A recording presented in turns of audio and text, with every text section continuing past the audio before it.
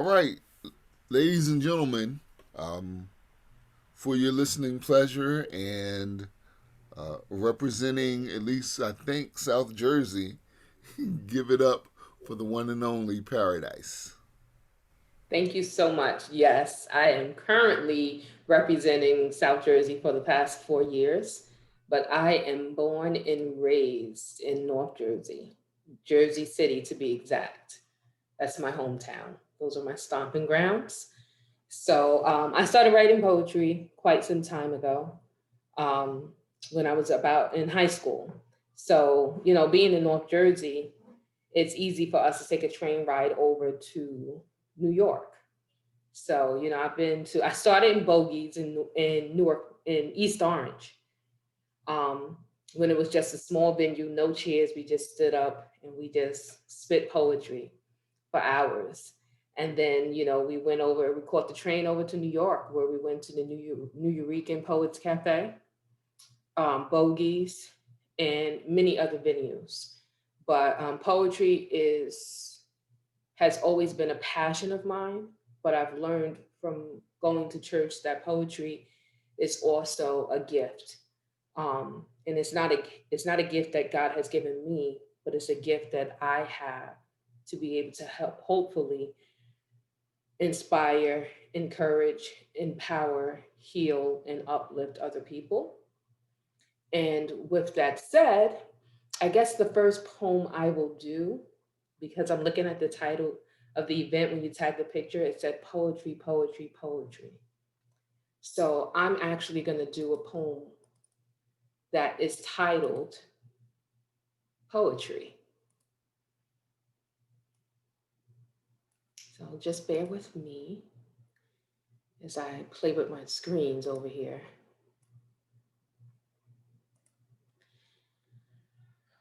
This is more of a testimonial poem, and it's titled Poetry. Poetry, poetry is my therapy. Music feeds my soul.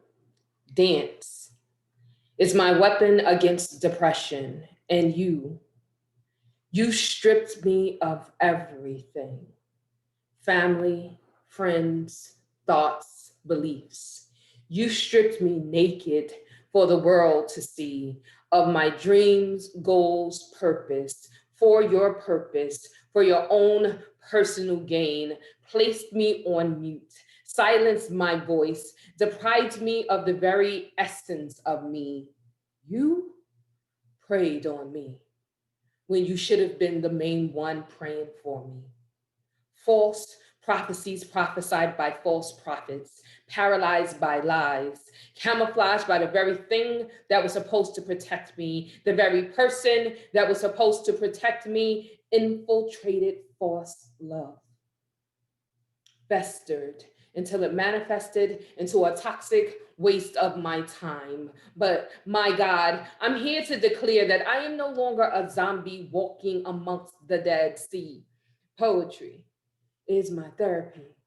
Music feeds my soul. Dance, praise dance was my weapon against depression, darkness, and doubt. My weapon, you see. Now I understand why I had to divorce. The course, the courts, the cost was not my destiny. You were not destined for me. Disdain, your name tastes like pain. Taste my pain.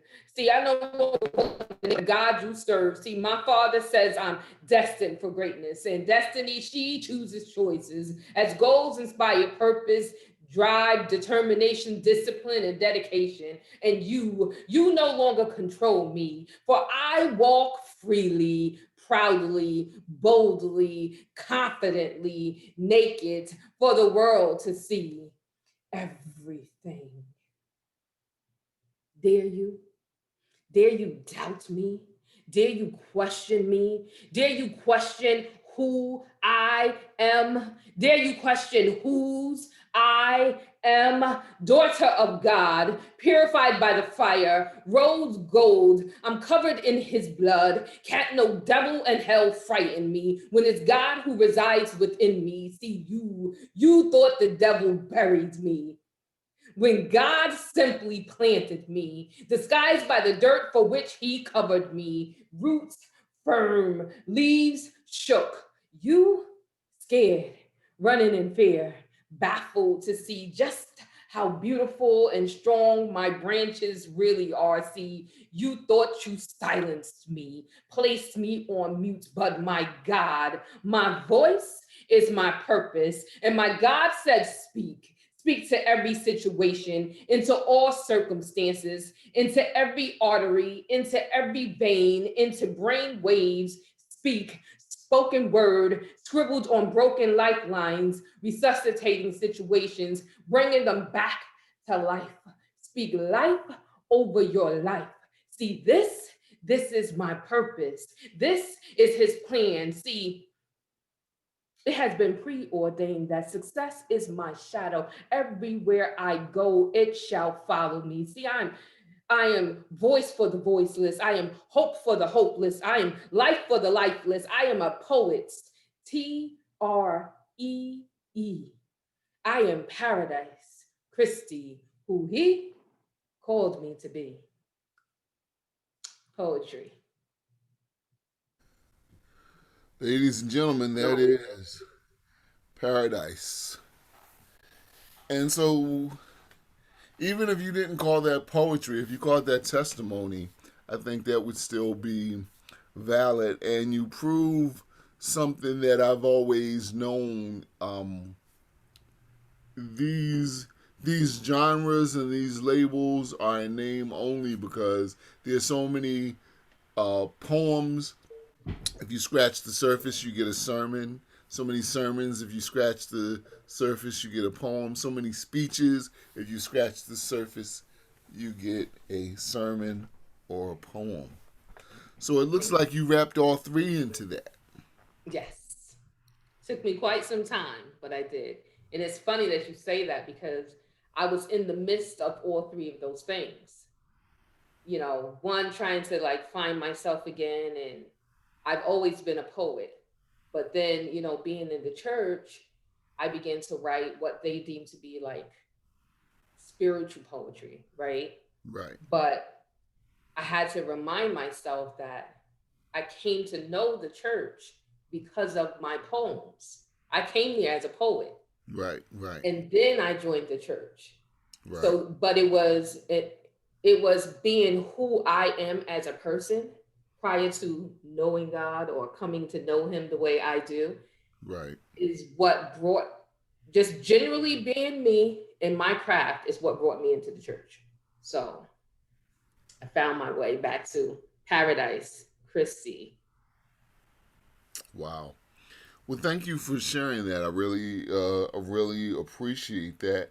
Um, Not that everything we write has to be for anyone else but us, but what would you want someone who is listening to that particular poem to receive? What kind of message or blessing? I would want them to see the part that always resonates with me. And it's funny because right before it was confirmation, I'm like, what poems am I going to do before I came? And my cousin called me and she was like, I heard your poem and I just want to tell you. She said it just like this: if poetry was a person, and I said to her these very words, you thought the devil buried me, right? I was going through so much. And so often we go through things in life where people think, and they sit back and laugh too, Oh yeah, because of the dirt that's on you, they think that you lost. So in yeah, that poem, I say, you thought the devil buried me, but God simply planted me. So what you saw as mistakes or problems was him planting me. You know, we got to go through the pruning and the pressing. And then I say, but God simply planted me and disguised it by the dirt for which he covered me. So he covered me for all the things that was going outside in the world. So even when people want to see you fail, when they want to see you lose, when they think you're losing, just know that he got you covered. And everything is a part of the process. And woe unto them. And when you come out, that's why I said, just Yeah. you shook, running in fear, baffled to see just how beautiful and strong my branches really are. Yeah. I'm So, always amazed at how people are selective and selectively forget certain things that happen in the Bible because they think, mhm. I guess they think it won't apply to them or it doesn't apply to them. And when you say people doing you dirty, um, they forget the story of Esther and how the man who prepared all these gallows for all of God's children was the first one to be swinging from them. Mhm. And like my mom used to say, the old folks used to say, when you dig a hole, you better dig two. Mhm. Exactly. So okay, ladies and gentlemen, we are here with Paradise, and so now I'm trying.